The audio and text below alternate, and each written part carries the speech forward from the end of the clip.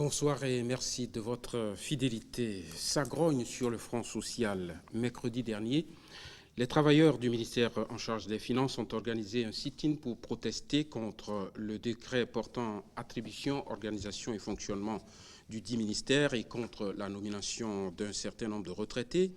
Une grève semble se profiler à l'horizon, mécontentement aussi au ministère de l'Agriculture, où le Syntrader, le syndicat national des travailleurs du développement rural, dénonce son exclusion de la campagne cotonnière qui se fait sans lui et plutôt au profit de l'AIC et de Sodeco. Les magistrats, eux, mettent en garde le gouvernement contre toute tentative de mise en cause des décisions de justice. À l'issue de leur assemblée générale vendredi dernier, ils ont dénoncé la violation, ce sont leurs mots, la violation par le gouvernement de l'ordonnance du tribunal de première instance de première classe de Porto-Novo qui suspendait la tenue du congrès électif de la Fédération béninoise de football, un congrès qui a pourtant eu lieu. Dans la même semaine, les universitaires, à travers leurs syndicats, ont protesté contre une tentative supposée de réforme de la carte universitaire. Plutôt politique, celle-là, la réaction des populations de Savalou, qui s'opposerait au choix d'une autre localité comme chef-lieu du département des Collines. Voilà quelques soubresauts sur le front social et politique. Elles ont manifesté, les populations de Savalou, elles ont manifesté leur colère ces dernières heures. Doit-on, au regard de ce climat sociopolitique, penser que c'est déjà la fin de l'état de grâce pour le pouvoir? Nous allons jeter un regard sur le climat social avec mes invités ce soir. À ma droite, Laurent Métoyon, le secrétaire général de la FECINTRA Finance. Après lui, M. Francis Lalayer, qu'on ne présente plus sur ce plateau, expert en gouvernance. Et à ma gauche, Auguste Videgla, professeur de management à l'université, membre de la mouvance présidentielle, puisqu'il a un parti très proche du pouvoir, le Rassemblement des Béninois pour une nouvelle vision. Bonsoir, chers invités. Bonsoir. Bonsoir. Ma première question va s'adresser peut-être à l'observateur détaché, M. Lalayer. C'est vrai que l'état de grâce, ce n'est pas un contrat écrit entre les partenaires sociaux et les pouvoirs, mais c'est un peu comme une loi non écrite. Quand un nouveau pouvoir s'installe, il y a une observation, un round d'observation où on accorde un certain temps. Mais quand on regarde les pouvoirs qui se sont succédés depuis la conférence nationale, j'ai eu le sentiment, et je peux avoir tort, c'est à vous de me rectifier, que c'est peut-être l'état de grâce le plus court. Je crois aussi. Je crois aussi que c'est l'état de grâce le plus court. Il y a souvent un état de grâce, hein, c'est-à-dire que quelqu'un a été porté au pouvoir, les populations, même les acteurs sociaux ont tendance à observer une espèce de trêve. Attention, sauf lorsqu'on se trouve dans le cadre d'une réélection. C'est-à-dire, par exemple, le second mandat de Boni Yayi. Exactement, par exemple, le second mandat de Boni Yayi, même le second mandat de Kérékou. Parce que les contextes ne sont pas du tout les mêmes. En général, lorsque vous avez quelqu'un qui vient pour la première fois, qui accède pour la première fois au pouvoir, il jouit d'un état de grâce un peu plus long. Un peu plus long et qui est généralement d'autant plus grand qu'il a été élu avec une majorité confortable. Mais le fait est que j'allais dire, c'est pas la faute du président actuel si son état de grâce est court, parce que le président comme vous le dites, il a été élu avec une majorité confortable. Oui. Les présidents qu'on va avoir au cours des prochaines années disposeront d'états de grâce de plus en plus courts, je pense. Pourquoi? Parce que, je vous disais, il y a cette question de la majorité, mais il y a aussi le fait que les populations mûrissent. Et elles ont beau porter quelqu'un au pouvoir massivement, c'est un peu comme si elles ne sont plus prêtes à délivrer de chèques en blanc. Et donc, les attentes sont fortes. Si vous ajoutez à ça le fait que, justement, pendant les campagnes électorales, les gens ont tendance à promettre tout et n'importe quoi aux populations, puisque c'est la quête aux voix qui est privilégiée à ce moment-là. Même aux acteurs sociaux, on a tendance à promettre. Et ça, c'est tous les acteurs, quels qu'ils soient. Comme je dis, c'est la quête aux voix, la pêche aux voix. Et donc, ça fait donc, plus vous promettez et plus vous prenez le risque que les gens vous attendent au tournant.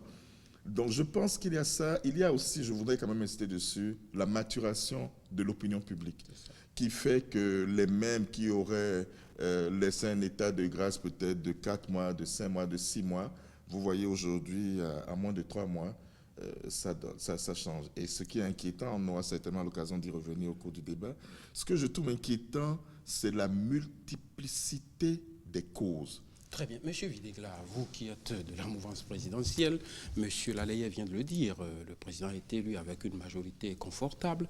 Est-ce que vous êtes surpris, vous qui êtes proche du pouvoir, est-ce que vous êtes surpris par la fin de l'état de grâce? Nous ne sommes pas très surpris parce que, vous savez, le chef de l'État a été élu par nos concitoyennes et concitoyens sur la base d'un programme. Et vous savez que, quel que soit le régime ou la gouvernance, d'une manière générale, les gens sont un peu réticents au changement profond. Vous constaterez que dès le premier Conseil des ministres, le chef de l'État a annoncé les vastes chantiers de réforme que vont connaître notre pays. Alors, qui dit réforme veut dire changement de l'habitude des gens, changement d'un certain nombre de modes de gouvernance, de modes de vie, etc. et tout. Donc, cela suscite de la réprobation qui quelquefois se traduit par soit des grogne, soit des mouvements à gauche, à droite. Mais nous pensons qu'il faudra inscrire notre pays bientôt pratiquement 60 ans d'indépendance. Nous n'avons pas eu le courage de mener les réformes profondes qu'il faut à notre nation pour amorcer son véritable développement. Alors, aujourd'hui, le président de la République, le chef de l'État, ne travaille pas dans le sens d'une réélection ou d'un second mandat. Il travaille, son objectif numéro 1, c'est comment redresser la barre qui a été sérieusement amorcée durant ces dernières années pour redonner à notre pays un nouveau départ sur l'ensemble des secteurs et sous-secteurs de notre pays. Donc nous avons les réformes politiques, les réformes institutionnelles, les réformes du secteur éducatif, les réformes dans le secteur des finances, les multiples réformes qui sont en cours. Évidemment, ça va provoquer un peu de remous, mais je pense que ce sont les fruits de ces réformes qui permettront aux uns et aux autres, à tous les acteurs sociaux, politiques, de mesurer la portée du travail qui a été entrepris par le chef de l'État. Merci. À propos justement de réformes, Monsieur Mettoyon, tout le monde le sait, l'une des réformes, c'est le changement au niveau de la structure type des ministères, le changement de ce que vous appelez AOF, attribution, organisation et fonctionnement. Et je crois que le dernier sit-in de protestation des travailleurs du ministère des Finances, c'était justement au sujet de ces AOF du ministère des Finances. Le ministère des Finances qui n'est pas le seul à connaître cette réforme. Avant qu'on aborde vos revendications, j'aimerais savoir, entre le jour du sit-in et aujourd'hui, est-ce qu'il y a eu changement? Est-ce que le ministre vous a répondu? Est-ce qu'il vous a écouté? Est-ce qu'il y a eu dialogue entre les jours qui ont précédé aujourd'hui? Merci, monsieur le journaliste. Vous convenez avec moi que je ne partirai pas de là. Parce que le sit-in n'a pas été organisé par la Centrale Finance. Le sit-in a été organisé par le Centracef, Oui, mais qui avec est le syndicat des travailleurs de l'administration centrale des finances. Mais je dois pouvoir vous dire d'abord que qu'est-ce qui a amené le peuple à faire l'option de la rupture? Nous avons eu un régime qui a excellé dans les scandales financiers, dans presque tous les scandales. Nous avons eu un régime pour lequel l'homme n'était rien. On n'était pas à l'écoute ni des travailleurs, ni de son peuple. Et la malgouvernance était telle que tout le monde était fatigué. Alors, la rupture, c'est d'abord le changement de cette mauvaise gouvernance. Et ce qui a aggravé la chose, c'est que le président sortant, comme si cela ne suffisait pas, il nous a importé quelqu'un. Et là, ça a été le comble. Les gens ont dit, recoloniser notre pays là, c'est impossible. Du coup, ce qui était le plus important, c'est la lutte contre cette impunité qui a fait le lit de la corruption. Réforme, oui, mais la base de la rupture, c'est ça. Et lorsqu'on me parle même aussi de majorité confortable, je dirais non, parce qu'il ne faut pas on commence par tordre le cou à l'histoire de ce que tout le monde nous avons vécu. Est-ce qu'il a été question... Le président Talon n'a pas été élu avec une majorité confortable? Non. Vous savez qu'il y a eu une coalition. Une coalition. Tout le monde connaît au premier tour ce qu'il a obtenu. Même si ce n'est pas l'essentiel du débat, le second tour, le ralliement a donné ce qu'on a vu parce que tout le monde était fatigué de ce qui s'était passé. C'est ça la base de la rupture. Or, vous conviendrez également avec moi que lorsqu'on sort de ce gouffre, de ce désastre, il était opportun de s'arrêter. Quand bien même certains acteurs n'avaient pas accepté que ceux qui proposaient les états généraux, ça se fasse avant, il fallait le faire pour remettre le train sur les rails. Très bien. Et là, ça aurait donné quelle il faut qu'on aille quelle vite chance. parce que Bien vous sûr. n'avez pas encore répondu à ma question. Oui, non, je vais répondre à votre Qu'est-ce qui a question. changé entre mercredi et maintenant? Qu'est-ce qui a poussé à ça? Donc, ça veut dire qu'il fallait s'arrêter, faire ce bilan et commencer par prendre certaines mesures avant même d'aborder les réformes. Et l'une des premières mesures, de mon point de vue, c'était de savoir comment est-ce que l'on doit pouvoir, ces dossiers sales-là qui ont plongé notre pays dans le gouffre, comment est-ce qu'il fallait juger. Et là, ça aurait été la feuille de route sur laquelle le président devait se baser beaucoup plus pour avoir sa popularité, pour pouvoir travailler. Très bien. Ne l'ayant pas eu, c'est ça qui crée tout ce qu'on voit. Et c'est les errements du passé qui continuent. Ce qui s'est passé au niveau du Centracef, ce n'est pas nouveau. Ce n'est pas nouveau dans la mesure où, si vous vous souvenez bien, dans ce pays, à moins que les gens ne revoient pas l'histoire parce qu'ils n'étaient pas des acteurs. Ne revenons pas trop sur l'histoire. Parce qu'ils n'étaient pas... Le temps est très court. D'accord. On dira, mais c'est important. En 2006, il y avait déjà eu les mêmes manifestations. Le ministre d'État Koupa qui le sait. Toujours par rapport à l'AOF dont vous parlez. Comment est-ce que vous voulez mettre cette machine très lourde en marche sans que les acteurs qui sont chargés de mettre en application ces attributions, ce fonctionnement, ne soient pas associés? Oui, mais ça ne concerne pas que le ministère des Finances. Est-ce que les 21 ministères, on devrait... Est-ce qu'on devrait réunir tous les acteurs de tous les ministères avant de définir les AOF? Qu'est-ce que ça coûte de réunir les travailleurs de chaque ministère par rapport à leur structure, à la structure de leur AOF? Qu'est-ce que ça coûte? Puisque, qu'on veuille ou pas, c'est eux qui sont chargés de mettre en application.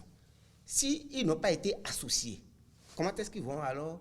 Comment est-ce qu'on aura un résultat? Je suis avec des universitaires, ils savent ça. Bref, c'est très bien dit, mais vous n'avez toujours pas répondu à ma question. Non, je ne répondrai pas au début dans la mesure où nous n'avons pas épilogué. Puisque non, il y a eu d'avancées. Très bien. C'est ce que je vois là. Qu'est-ce qui a avancé? Que les téléspectateurs sachent déjà. Exactement. Qu'est-ce qui a avancé? Vous savez la pratique au niveau du ministère des Travaux, au ministère des Finances, quand il y a un mouvement et qu'ils font le point en Assemblée générale, ils prennent des décisions. Effectivement, ils ont pris langue avec le ministre des Finances et de l'Économie, et de cette revendication, il y a eu quelques approches, et je pense qu'ils disent qu'ils attendent jusqu'à l'âge du 7 juillet pour pouvoir donner la suite. Donc ça veut dire que la grève n'aura pas lieu, c'est ce que vous voulez certainement entendre. C'est les Béninois, c'est pas moi seul. Non, c'est pas de ça qu'il est question nécessairement, parce qu'il ne faut pas attendre les choses se gâter avant de réagir. C'est ce que nous avons fait avec le gouvernement passé. Maintenant, si au-delà de juillet, la date butoir que vous fixez, par exemple, est-ce qu'il faut revoir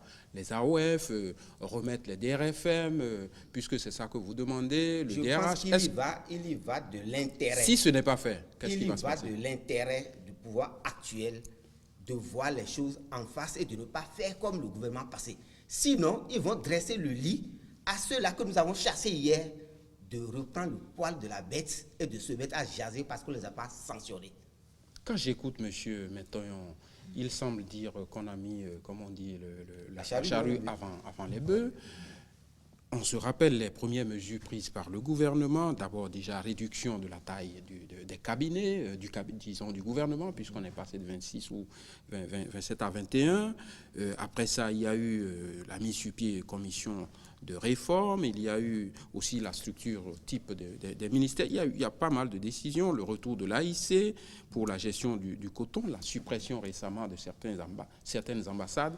Est-ce que vous pensez, comme Métoyon, qu'on a mis la charrue avant les bœufs, qu'il fallait plutôt commencer par ce qu'il appelle les scandales. C'est ce que vous dites, M. Métonyon.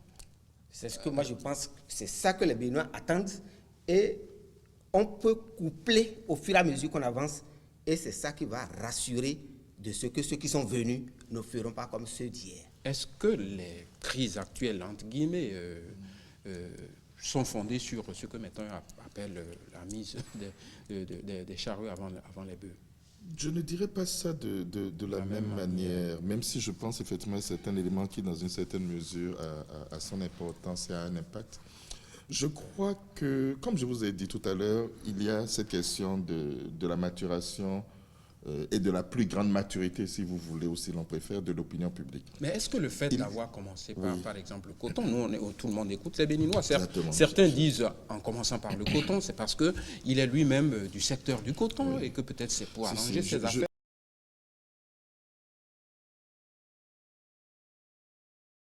Vous mettez des réformes en œuvre partout, hein. Il y a comme une espèce de conservatisme qui fait qu'il y a une résistance un peu naturelle aux réformes. C'est vrai. Même si je considère que ce n'est pas la première cause dans le cas d'espèce. Mais vous courez d'autant plus de risques que quand vous devez déjà aller vers des situations si délicates, vous ne donnez pas l'impression de faire les choses de façon, comment dire, c'est pas intègre le mot, mais de façon juste, de façon équilibrée. C'est-à-dire que dès que les gens ont le sentiment qu'en mettant en œuvre les réformes, on est en train de favoriser un certain nombre de personnes, c'est-à-dire qu'ils n'ont pas le sentiment que c'est quelque chose qui est équilibré, que c'est quelque chose qui est juste, qu'on est en train de favoriser un camp, qui n'est pas un camp politique nécessairement d'ailleurs.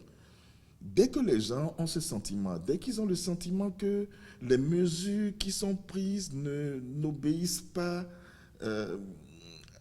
peut-être à ce qu'ils considèrent comme un minimum de rationalité. Lorsque les gens ont le sentiment que dès que vous vous mettez à... Non, je vais laisser cet aspect. Dès que les gens ont le sentiment que...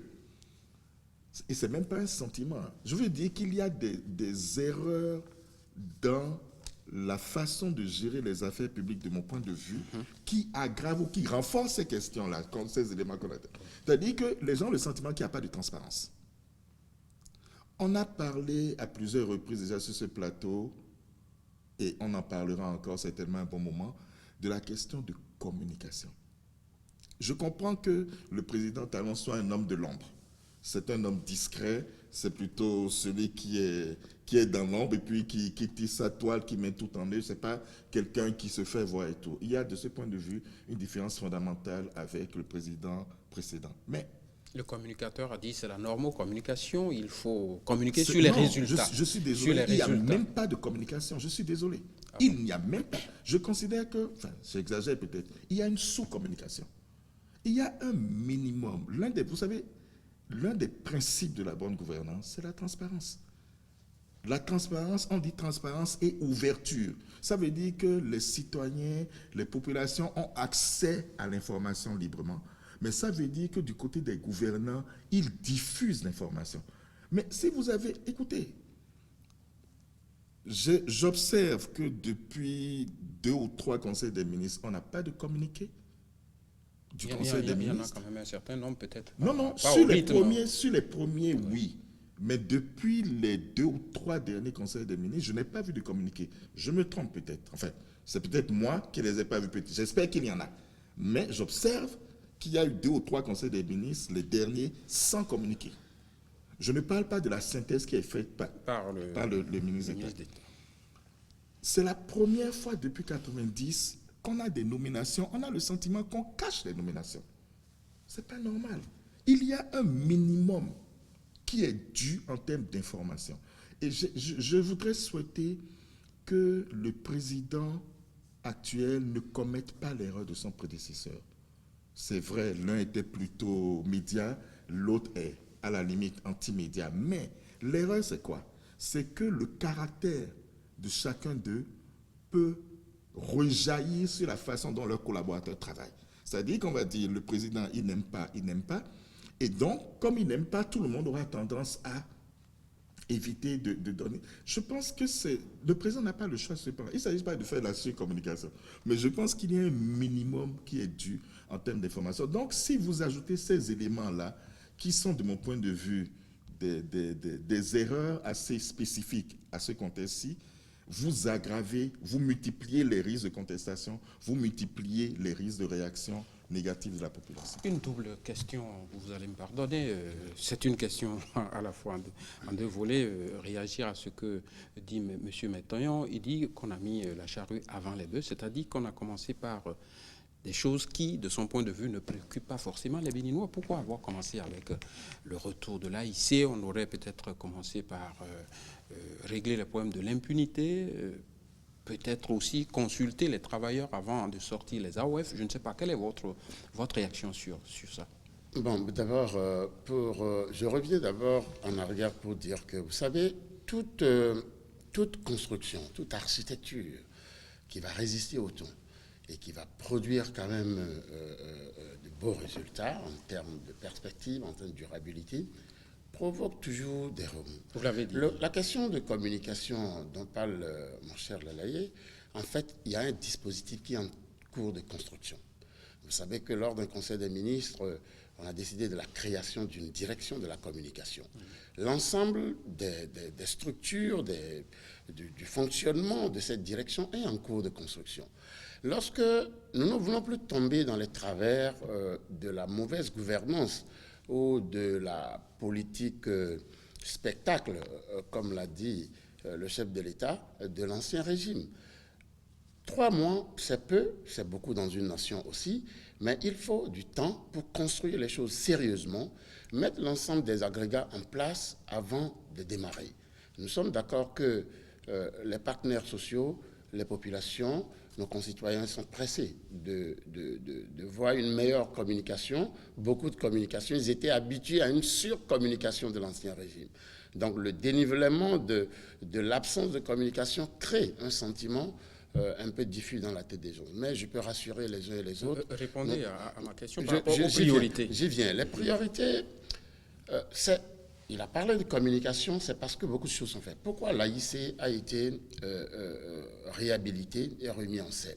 Vous savez que notre économie repose à 80% sur l'agriculture.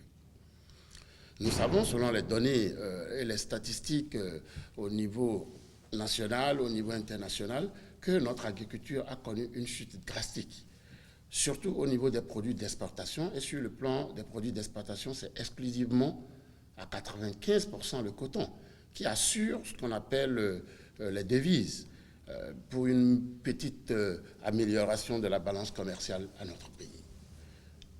Le coton a connu une chute extraordinaire. Selon les publications des institutions qui régulent un peu ce coton au niveau à New York, nous étions pratiquement à 165 000 tonnes en 2015, ce qui était dramatique. Or, pour que notre économie puisse redémarrer normalement, il fallait relancer rapidement le coton. Comment le faire? Le président Yahya Boni a semé un peu de désordre dans le secteur. Bon, il n'est pas là pour se défendre, donc... Non, il n'est pas là, mais toutefois, bon, les résultats sont là. De 350 000 tonnes, nous avons chuté à 165 000 tonnes. Pour quelle raison? Pourquoi? Il fallait rapidement, au temps où le président Patrice Talon était dans le secteur, il a travaillé avec l'AIC, il a travaillé avec un certain nombre d'acteurs et les résultats sont là. Ils sont là, ils sont inscrits, ils sont connus de tout le monde. Nous avons frôlé les 400 000 tonnes en son temps.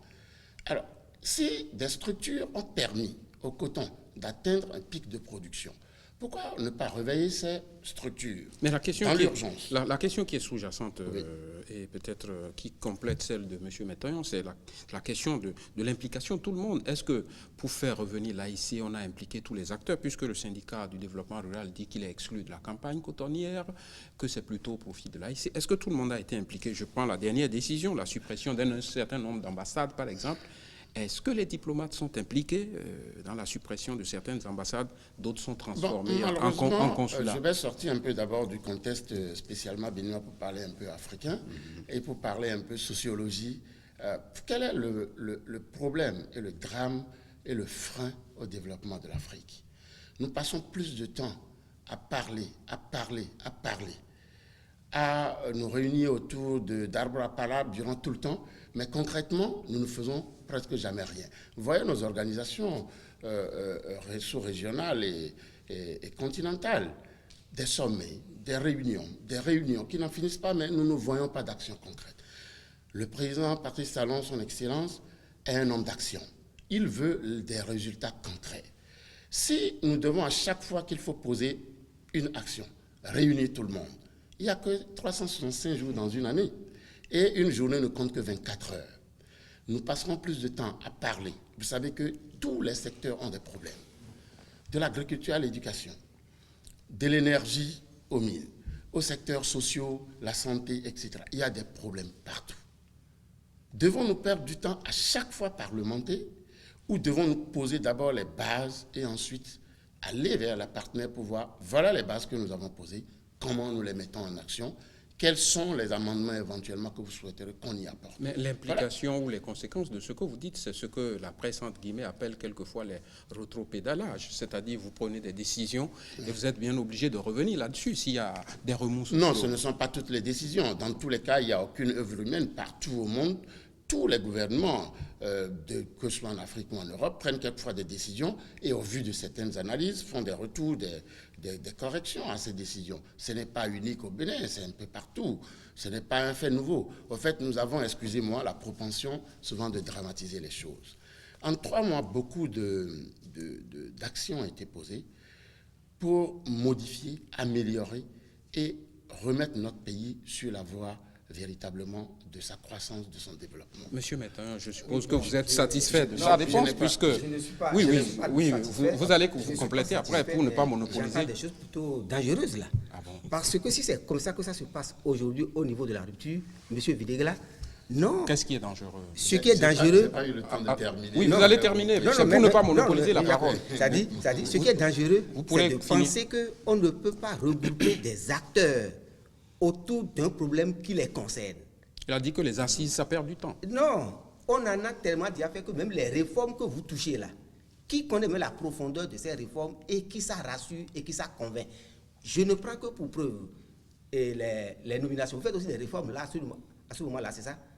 Non, les nominations telles qu'elles se font aujourd'hui, dans la non-transparence, comme quelqu'un l'a dit tout à l'heure, pas de communication autour, c'est ça qui amène qu'on prend un responsable de gare routière, ticketier, pour être directeur. Vous ne savez pas ça peut-être? Vous avez une preuve?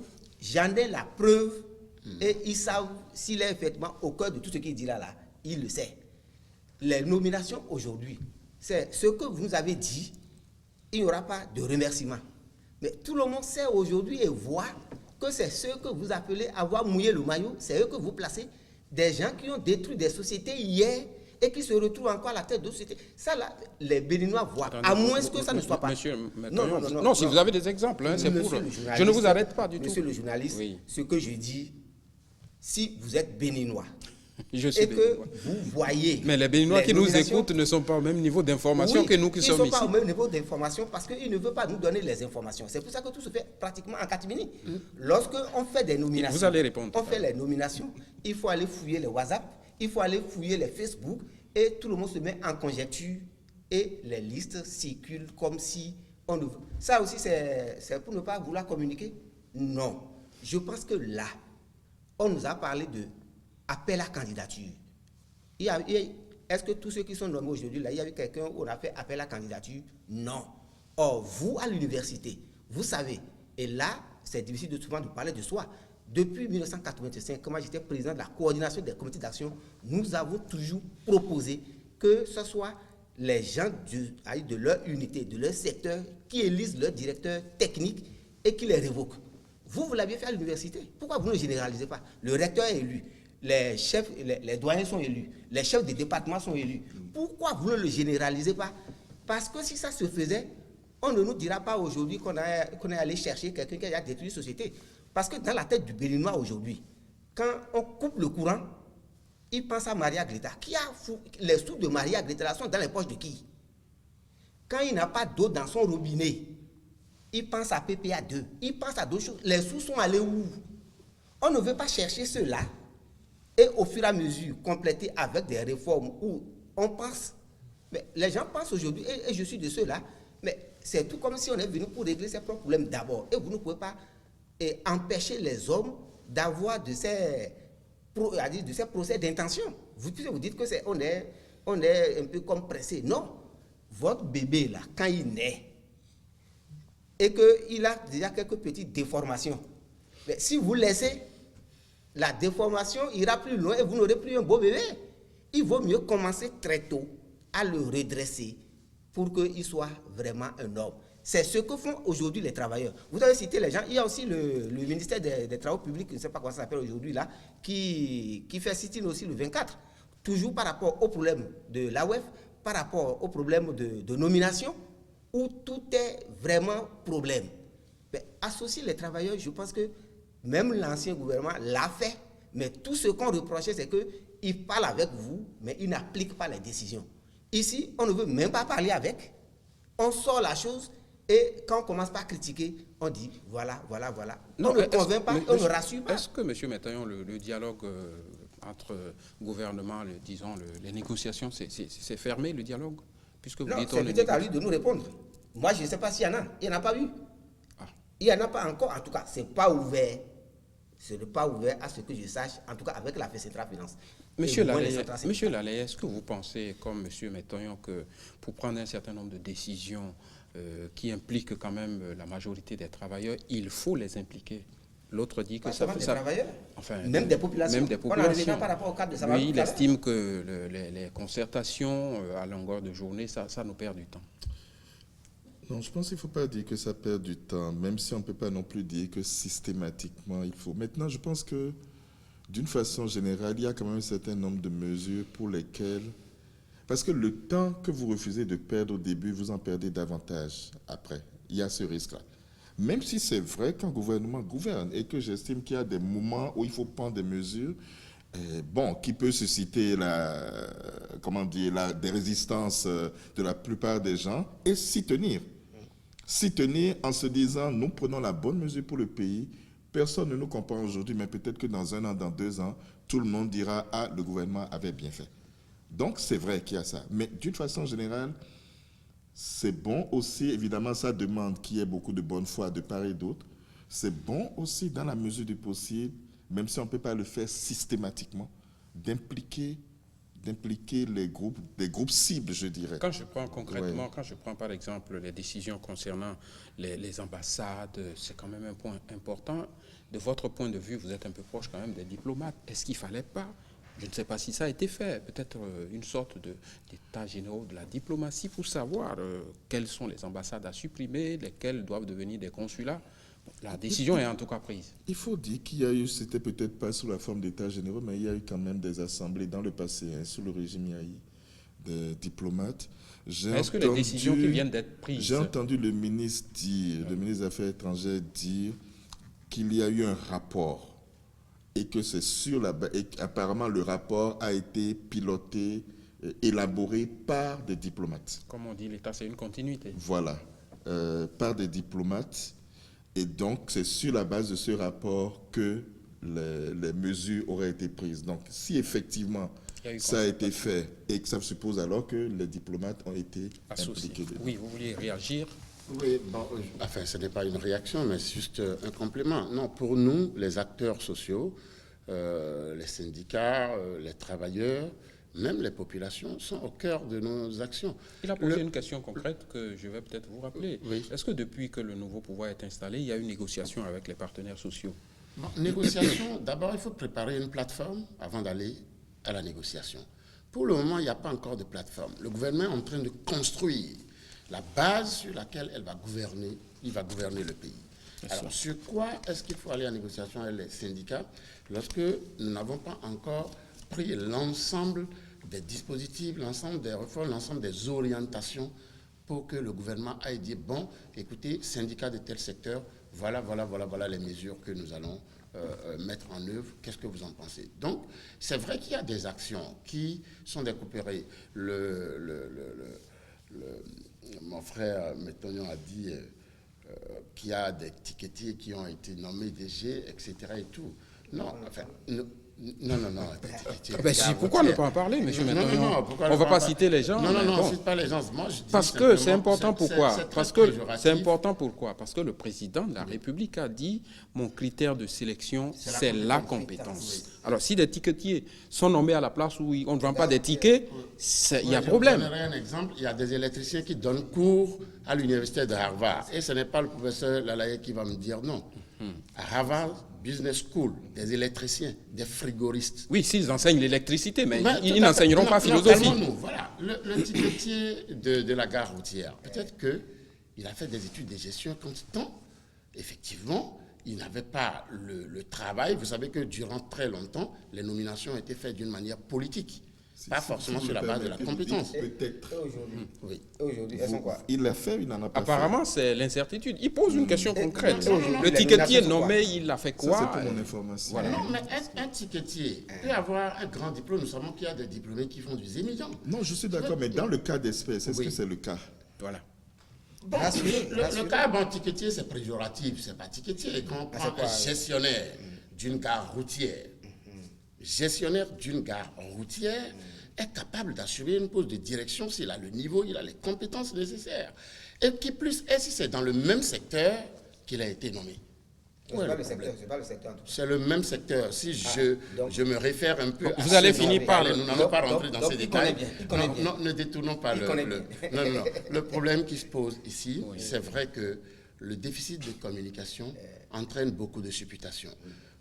Pour le président, le chef de l'État, les premiers grands partenaires du nouveau départ, ce sont les acteurs sociaux. C'est vous, les syndicalistes. C'est les populations. Peut-être que la perception, la lecture de la manière dont les choses fonctionnent font qu'il y a diverses interprétations. Mais vous allez voir que bientôt, dès que la direction de la communication sera mise en place, avec l'ensemble de ces structures, pour coordonner l'ensemble de la communication gouvernementale, vous verrez que les choses seront beaucoup plus aisées. Oui, mais pour être concret, prenons le cas, toujours dans le cadre de ce que nous appelons la communication. Hein. Prenons le cas de ce qui s'est passé à Savalou. Oui. Sur la base de quels documents les populations se sont mis à protester contre la désignation d'une autre localité comme chef-lieu de département des collines? Oui, bon, tout à fait. En fait, leur mécontentement est venu du fait que il a été annoncé que le chef-lieu du département des collines sera Il est à Dassa, Djomaye. oui. Il est à Dassa, ça a été annoncé. D'accord. Bon, donc c'est sur la base d'un certain nombre de découpages. Officiellement annoncé, c'est la question que je vous pose. Ça a été annoncé par je sais pas, un acte précis? Oui, mettons que... Parce que si c'est sur les réseaux sociaux, c'est le danger. Non, ce n'est pas que les réseaux sociaux. Mettons qu'il y a eu une proposition de détermination des différents chefs-lieux. Et je pense que Alada a été choisi, Abomey, tout comme Dassazoumé, où c'est prévu que le chef-lieu puisse être... Je vous dis pour ceux qui nous regardent que moi, le journaliste qui anime cette émission, c'est de vous que je l'apprends parce qu'il n'y a pas Non, pour le moment... un c'est acte journaliste. que... Oui. Mais même là, quel est l'impact selon vous de cette réforme-là, maintenant, là, pour les 2 mois là, qu'on vient de faire, ou les 3 mois? Quel est l'impact? Non. Est-ce que c'est ça, Oui. c'est ça qui urge pour vous, ou bien les problèmes que vous rencontrez déjà au niveau de l'administration et autres? Non, ce n'est pas une question d'administration, c'est une question que vous me Je posez. viens. Le problème qui se pose, c'est une question... Laissez-le finir C'est une question de cartographie et de développement du Bénin. Nous avons des pôles qui ont été érigés en chef-lieu, mais qui sont excentrés par rapport à la cartographie économique, politique, géographique, même agricole. Donc, c'est sur la base des perspectives économiques à mettre en œuvre bientôt qu'un projet d'érection de ces chefs-lieux de département a été proposé. Est-ce que la désignation Oui. des chefs-lieux, vous dites que c'est Alada par exemple, je ne sais pas pour quel département, mais est-ce que la décision qui marque ce que vous venez de dire, est-ce que ça se fonde sur un rapport comme c'est le cas des ambassades que vous venez de dire? Bon, mettons que pour le moment, nous n'allons pas trop aborder ce sujet parce que ce sont Non. des études. Oui, bon, à mon avis. Les populations sont en train de marcher. Oui. Peut-être que demain, ça sera une autre ville. Il faudra qu'on dise c'est parti d'où. Est-ce qu'il y a une décision officielle qui entérine cette décision une décision du Conseil des ministres qui dit Alada, chef-lieu de tel, Savalou ou Dassa, chef-lieu de tel. Non, il n'y a pas encore une décision définitive réelle. Bon. C'est comme, je sais pas, tout revient un peu à la communication, Oui. comme l'a dit M. Lalaye. C'est un problème de glissement de communication où l'information est partie et puis bon, tout le monde interprète à sa façon et à ses réactions. Mais je pense que nos frères et sœurs de Savalou doivent se calmer. Il n'y a pas perdant la demeure. Il y a une cartographie globale qui est en train de s'élaborer pour le développement de notre pays. La base des découpages, s'il y en a, sera basée sur le développement économique et les pôles de développement régionaux et départementaux. Je ne pense pas qu'il faille faire la conjoncture. Monsieur, je n'ai pas fini, finissez, s'il vous plaît. Non, parce qu'à chaque fois, vous ne me laissez pas aller au bout de ma je pense plutôt le contraire. D'une manière générale, je reviens en arrière pour dire que le nouveau départ a trouvé un pays vraiment en souffrance, un pays à terre. L'ensemble des secteurs sous-secteurs sont sinistrés. Et qui sont ceux qui ont fait ça? Qui sont? Qui sont ceux qui ont fait ça? Mais l'ancien régime. Monsieur, maintenant, laissez-le finir. Vous allez réagir. Nous avons trouvé l'ensemble des sous-secteurs sinistrés.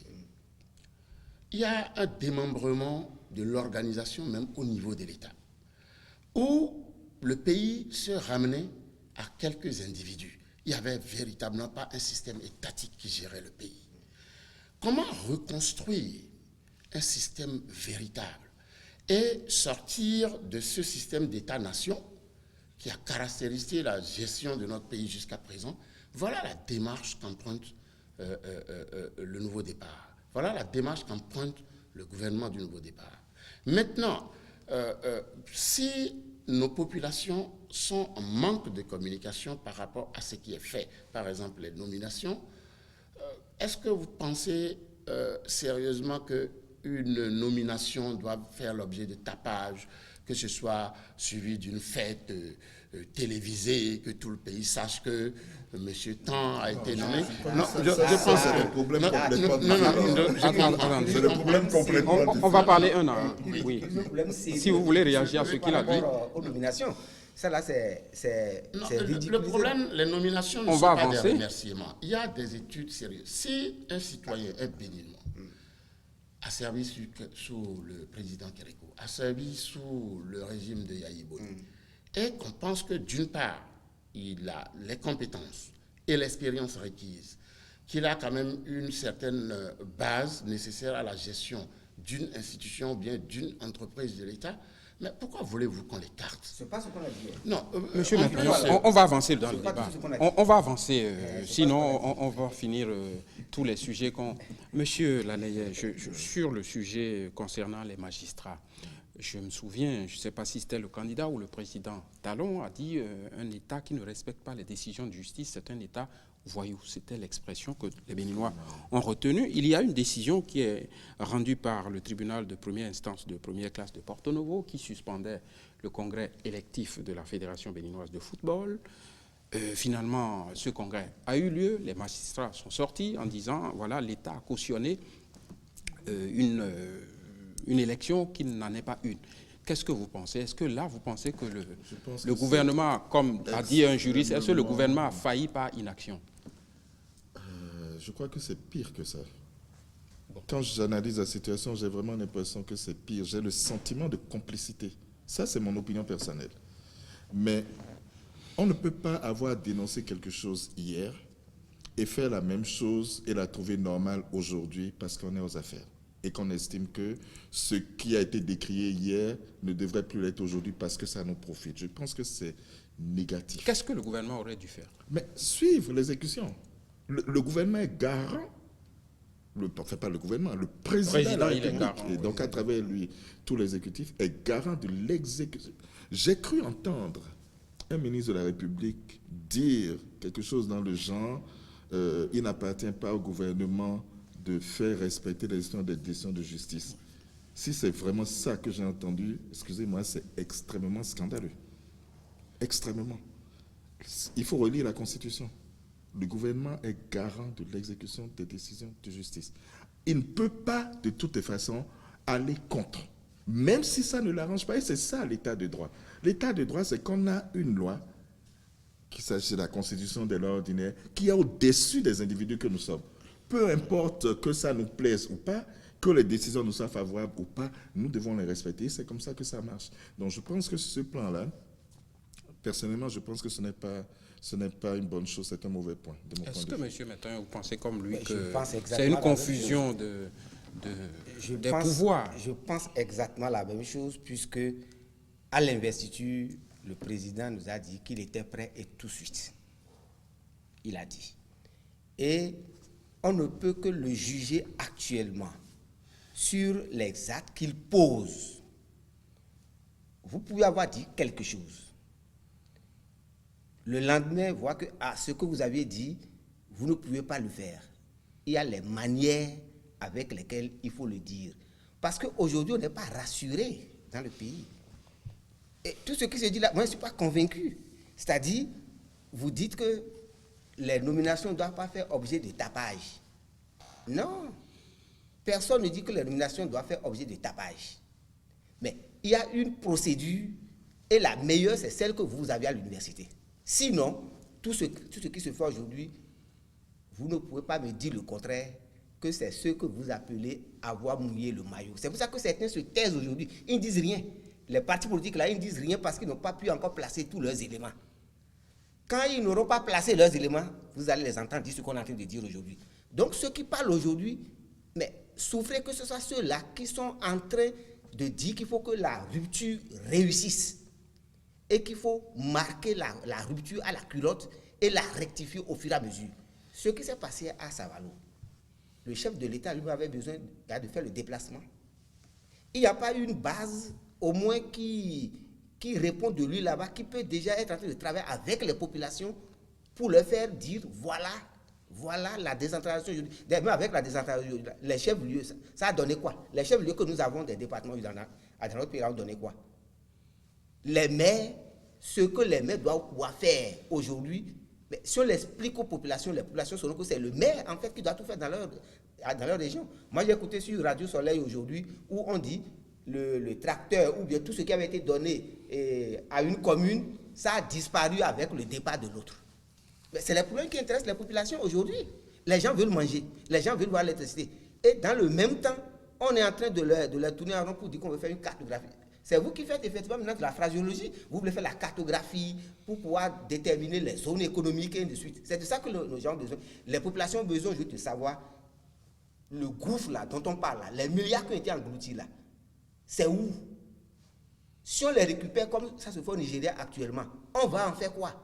Mais si les gens voient que ce n'est que par rapport à ce que vous-même vous aviez eu, que vous êtes en train de travailler d'abord, mais souffrez que les gens disent, mais alors là, vous êtes venu alors pour vous-même. Monsieur Videgla, une question, même si vous voulez réagir à ce qu'il a dit, j'ai quand même une question, il faut qu'on avance. La question, c'est la suivante, puisque vous êtes enseignant à l'université, vos collègues du SINARES sont sortis communiqués, parus dans la presse, pour protester contre ce qu'ils appellent une tentative de réforme de la carte universitaire qui ferait que l'université d'Abomey-Calavi, l'université de Parakou seraient les principales universités auxquelles seraient rattachées les autres, Natitengu, Lokossa, sans qu'on ait vu, encore une fois, la communication, sans qu'on ait vu un acte venant du ministère. Ça pose, est-ce que la question c'est la suivante?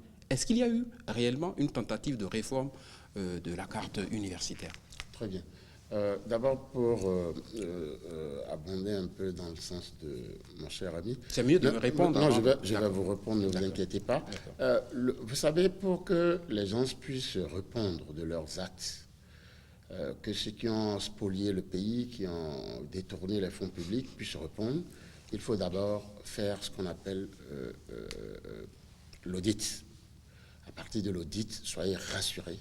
Vous verrez que d'ici quelques temps, tous ceux qui ont de près ou de loin... Est-ce que l'audit a commencé? L'audit a commencé dans beaucoup d'offices d'État, dans les ministères, etc. Depuis la première semaine du...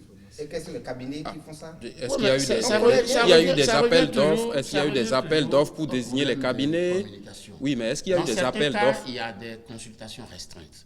Dans certains cas, c'est des attributions sur la base. Quand vous prenez un cabinet comme que Deloitte, Tout le monde sait que c'est un cabinet de renommée internationale. Oui, mais dans tous les cas de figure, est-ce qu'il y a eu des appels Ça d'offres? dépend de l'orientation politique. Monsieur Videgle, est-ce qu'il y a eu des appels d'offres pour désigner des cabinets qui sont en train de faire les dans quel audits? journal? Les directions ou les ministères qui gèrent ces audits peuvent vous le dire. Mais ce qui est clair, c'est que chaque ministère a reçu des instructions fermes pour mener des audits, tant au niveau interne qu'au niveau des structures de l'État, au niveau des régies financières, etc. Ça va mettre combien de temps pour publier les rapports d'audit? Bon, pour faire un travail sérieux, nous estimons que au minimum, il faut 3 à 6 mois pour faire un travail d'audit sérieux, pour réunir l'ensemble des éléments, pour être sûr de ce dont on parle au franc près. Donc, ça prendra le temps que ça prend. Je vous ai interrompu, pardonnez-moi. Non, mais c'est une priorité, du gouvernement, Oui. c'est une priorité du chef de l'État. Je vous ai demandé s'il y a eu tentative de réforme de la carte universitaire. Voilà, donc la carte universitaire, effectivement, va être réformée, tout comme que les 3 ordres d'enseignement d'ailleurs même. Vous savez, au niveau de l'enseignement maternel, au niveau de l'enseignement professionnel, l'enseignement supérieur, il y aura des réformes. L'ensemble des acteurs seront associés. Les mouvements qui sont faits actuellement, vous savez, il faut d'abord partir sur une proposition avant d'aller voir les acteurs du sous-secteur. Si le gouvernement ne met pas une base de travail, mais sur quelle base? On va voir les acteurs sociaux. Bon, écoutez, nous voulons faire quelque chose, proposez-nous, allons-y. On ne gère pas un État de cette façon. Et nous pensons que l'État a un programme de gouvernance à respecter, un programme de gouvernement à respecter. Il fait ses prévisions, il sort des programmes et des cadres de réflexion, il met sur pied des commissions qui étudient l'ensemble de ces propositions, rend un rapport qui passera en Conseil des ministres. Les réformes au niveau de la carte universitaire, ne sont qu'à l'étape de proposition. Et les propositions, c'est quoi? C'est la suppression des universités? Ce n'est pas la suppression. Aujourd'hui, quand vous faites une lecture des universités créées partout, qui sont d'une part une bonne chose, mais aussi une mauvaise, il y a des universités qui n'ont pas d'enseignants, il n'y a pas d'infrastructure, c'est dans un état de désolation extraordinairement avancé. Or, si nous voulons que nos universités sortent des étudiants ou des futurs élites compétents, il faut quand même un minimum de travail. Il faut redéfinir les curricula, il faut redéfinir l'ensemble des agrégats ou des budgets nécessaires au fonctionnement de ces universités. Nous le savons tous comment ces universités fonctionnent. S'il faut créer des universités pour les créer, ça ne sert absolument à rien. Autant renforcer les universités existantes. Vous savez qu'à Abomey-Calavi, il y a énormément de problèmes non résolus. Alors, on crée des universités partout pour juste contenter peut-être soit les populations ou bien des actions politiques pour contenter les amis politiques. Non, ici, il s'agit de rendre à notre système universitaire ses lettres de noblesse, parce que vous savez que tout développement repose sur l'enseignement universitaire. Vous êtes en train et de la nous dire recherche. de manière très diplomatique que de toutes les façons, certaines universités vont disparaître et devenir des centres. Bon, ils ne deviendront pas forcément des centres, peut-être qu'on va réorienter leur mission, mais ils seront dotés de plus de moyens, plus de structures, plus de fonctionnement. Ce n'est que des annonces pour le moment. Attendez, la démarche du gouvernement pour chaque réforme, c'est de mettre toujours en place des commissions ou des comités. Très bien. Vous ne verrez jamais une décision sans une commission qui est composée de l'ensemble des acteurs du sous-secteur, du gouvernement et de certains partenaires. Jamais. Il faut d'abord qu'il y ait une commission qui rende son rapport, ensuite ça va passer en Conseil des ministres, ce sera adopté. Voilà un peu la démarche. Très bien. Il y en a eu déjà pour les chefs-lieux. Il y a eu la commission qui a déjà siégé avant que les chefs d'État ne se mettent On ne va pas à reculer. circuler. Monsieur Métaillon, Il y a eu déjà Les chefs de l'État n'ont pas circulé spécialement pour une question de décentralisation. Monsieur Métaillon, monsieur Videgla, on est presque à la fin de l'émission et je vais vous poser une question qui sera votre conclusion. Ça avance vite. Oui, ça avance vite, 52 minutes, c'est trop juste. La question pour vous, c'est de savoir votre regard sur le futur, le climat social de demain. Est-ce que vous pensez que ça va s'apaiser? Le climat social de demain, si ça doit s'apaiser, c'est au gouvernement, plus précisément au président de la République, de changer avec la méthode de C'est gouvernance. déjà heureux, vous avez dit, il n'y aura pas de grève tout de suite. Nécessairement. Voilà. Il faut changer avec la méthode. Puisque si ceux qui doivent être associés, lorsque vous dites que vous allez faire, et vous allez les voir, or, lorsque vous venez les voir, ça vaut déjà décision, ça pose problème.